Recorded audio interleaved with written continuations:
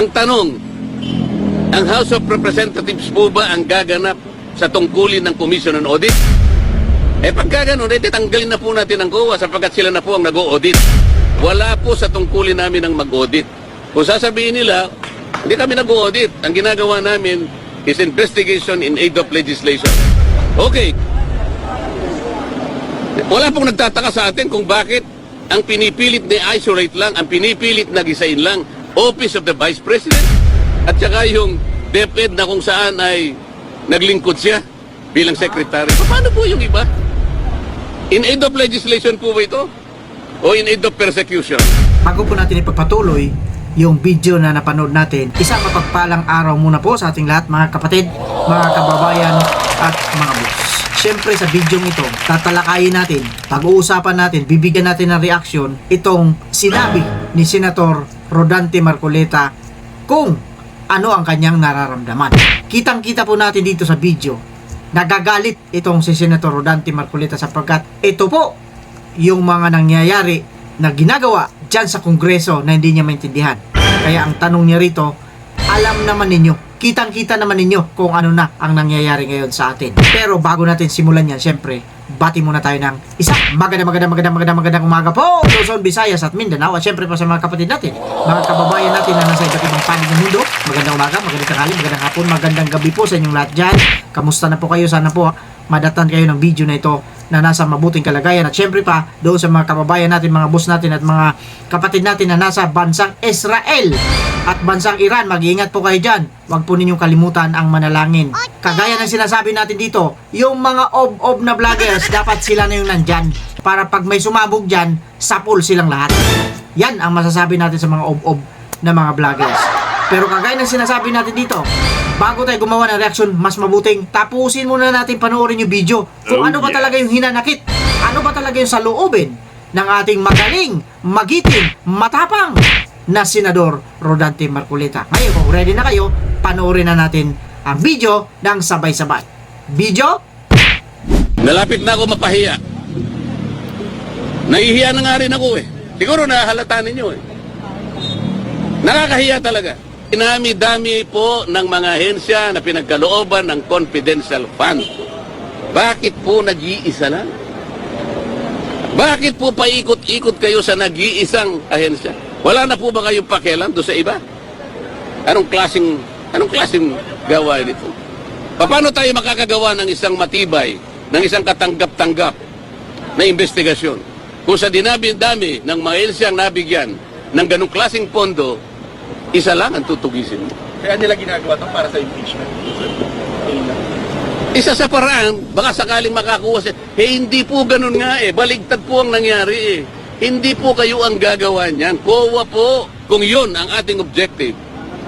Bakit isa lang inimbestigan natin? Ilang opisina ba ang merong confidential fund sa palagay nyo? May idea ba kayo? NGAs na lang, National Government Agencies. Ilan ba karami ang National Government Agencies? Palagay mo na lang 500. Okay? At yung kalahati nun, binigyan ng confidential fund. Di 250 yun. LGUs, sila ng LGUs. Mga mayors and gobernador. Palagay mo lang 1,000. Kalahati nun, 500. O di 750 na yun. What about the GOCCs?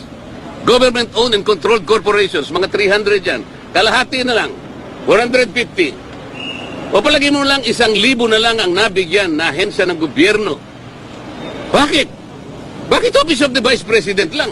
Kahit anong komite yun. Kaya sabihin nilang hindi ako member, pwede ako magsalita at mag-participate. Kung pipigilan nila ako, di pa ba nyo naiintindihan kung anong klaseng procedure, kung anong klaseng tuntunin na ang meron kami? Pang-17 taong ko na sa Congress, ngayon ko lang po nakita ang mga pangyayaring ito. Nalulungkot po ako, nagdaramdam ako, nai-stress ako kung bakit nangyari ito. Ito lamang pagdinig na ito, in aid of legislation, kayo po na nasa media, alam kong nalalaman na ninyo, hindi na po in aid of legislation. Kung totoo po, na isinasaalang-alang namin yung paggasta at kailangan po natin kusisiin. Tama naman po yun. Lahat tayo katungkulan nating maging transparent, maging accountable. Ang tanong, ang House of Representatives po ba ang gaganap sa tungkulin ng Commission on Audit? Pagka ganun, tanggalin na po natin ang COA sapagkat sila na po ang nag-o-audit. Wala po sa tungkulin namin ang mag-audit. Kung sasabihin nila, hindi kami nag-audit. Ang ginagawa namin is investigation in aid of legislation. Okay. Wala pong nagtataka sa atin kung bakit ang pinipilit na isolate lang, ang pinipilit na gisain lang, Office of the Vice President, at saka yung DepEd na kung saan ay naglingkod siya bilang secretary. Paano po yung iba? In aid of legislation po ba ito? O in aid of persecution? Kaya nyo na pong mag-conclude eh. Ang linaw po nito eh. Hindi na po tayo dapat gumamit ng calculator eh. Wala na pong computer na.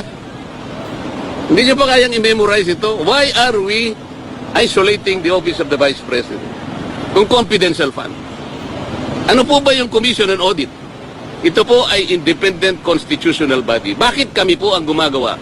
Tanungin po natin. Sa Lunes po, ako po ay mag-a-attend ng hearing po, ipagpapatuloy po yata ang pagdinig tungkol sa bagay na ito. Pipilitin kong pumunta ron. Sana po'y walang mga away, sana po'y maging sensible, sana po ipakita nila the better arguments, wala na po sanang gagawan ng hopya para tayong lahat po ay masaya. Para lahat makinabang po ang taong bayan. Ibig kong sabihin, sensible questioning, sensible arguments, wala na po kasi yung quality of debates eh. Wala na po eh. Noon po, yung unang pasok ko sa Congress, napaka-maingat namin kasi pag-address sa bawat isa sa amin. The Honorable Gentleman from Bohol, ganun kami. The distinguished Congresswoman from Leyte. Eh ngayon po hindi. Duduruin ka pa eh. Sabi pa ng isa. Sasamahan pa yung panlalaki ng mata eh. Are you rebuking this committee? Nakakita po kayo ng ganun? Nakakita na po kayo ng ganun? Ngayon ko lang po nakita, ewan ko po sa inyo, sa dami po ninyo, kung hindi po nyo nakikita ang nangyayari. Hindi po namin trabaho ang mag-audit. Yun pong audit observation memo o kaya notice of disallowance. By their very nature, ito po'y confidential. Confidential po eh. Bakit po ang House of Representatives kukunin nila po yung mga dokumento at sila mismo ang gagawa ng gawain ng COA? Ang ibig bang sabihin, gagawa po ba sila ng batas para i-abolish na po ang COA? Hindi po nila magagawa yun. Para ma-abolish mo ang COA, i-amend mo yung saligang batas. Nakakaintindihan po tayo? Ngayon napanood natin ng buo yung video na yan at dito gagawa na tayo ng reaksyon.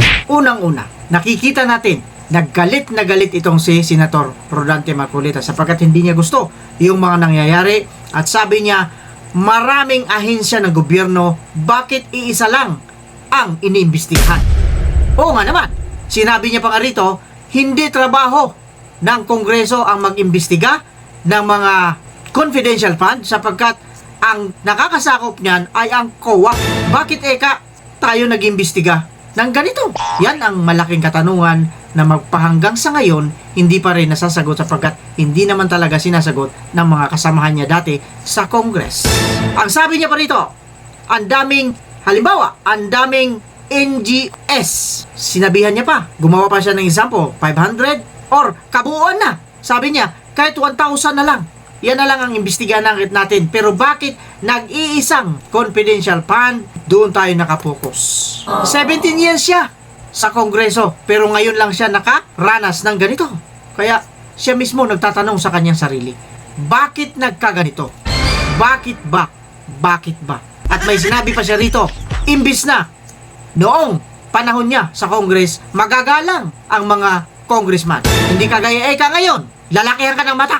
Duduruin ka pa, aagawan ka pa ng hopya at babastusin ka, tatanggalan ka pa ng committee mo. O totoo naman, yun ang nangyari sa kanya, di ba? Kaya nga nagkaroon ito ng si Senator Marcoleta. Naging modelo ito, sila ni Yorme Esco Moreno ng hopya. Nakakatawa. Pero bakit nangyayari ito?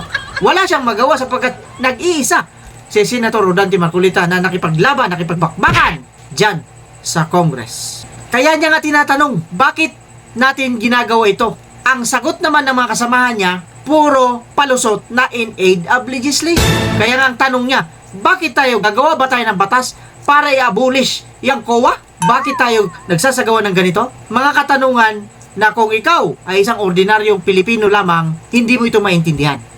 Pero doon sa mga taong may pakialam, doon sa mga taong nakakaunawa sa mga nangyayari sa palipaligid natin, at hindi natin pwedeng sabihin hindi tayo makialam. Bakit? Nakialam ka nung panahon ng eleksyon. Bumoto ka. Binoto mo sila. Depende na lang kung yung pagboto mo dahil sa ganito. Kaya tayo nagkaletse-letse ng ganito. Kung yan ang magiging mindset natin, kada eleksyon, buboto lang tayo dahil sa ganito, walang mangyayari sa bansang Pilipinas. Marami pa rin ang magugutom. Marami pa rin ang kumakalamantyan. At sasabihin lagi ng mga kandidato, mga politiko, aangat tayo. Kami ang bahala pag naluklok kami sa serbisyo. Utot nyo, Blue! Ilang beses nang nangyari ito. Kada eleksyon na lang. Every 3 years may eleksyon. Yan at yan paragi ang sinasabi nila. Anyari ngayon. Kaya itong si Senator Rodante Marcoleta, galit na galit. Tama yung sinasabi niya, hindi siya politician. Siya ay public servant. Magkaiba po yun. Yan ang lagi natin sinasabi dito sa mga vlogs natin. Kaya kayo mga ob na mga vloggers, intindihin ninyo, unawain ninyo kung ano yung pagkakaiba ng politiko sa isang public servant. Mga ob kasi kayo, kaya hindi nyo naintindihan. Ngayon, alam nyo na kasi pinaliwanag na ni Boss Rick, pero ob pa rin kayo. Gets nyo? With that, kagaya ng sinasabi natin dito, mag-iingat po tayo parati. At shoutout nga pala sa lahat ng mga viewers, mga subscribers, ate, kuya, nanay, tatay, lolo't lola, may ngipin ka man o wala, at syempre pa, shoutout din sa inyo mga bashers ko, mga ob kayo. Kagaya ng sinasabi natin dito, mag-iingat tayo lagi. Pwera lang sa mga taong ob.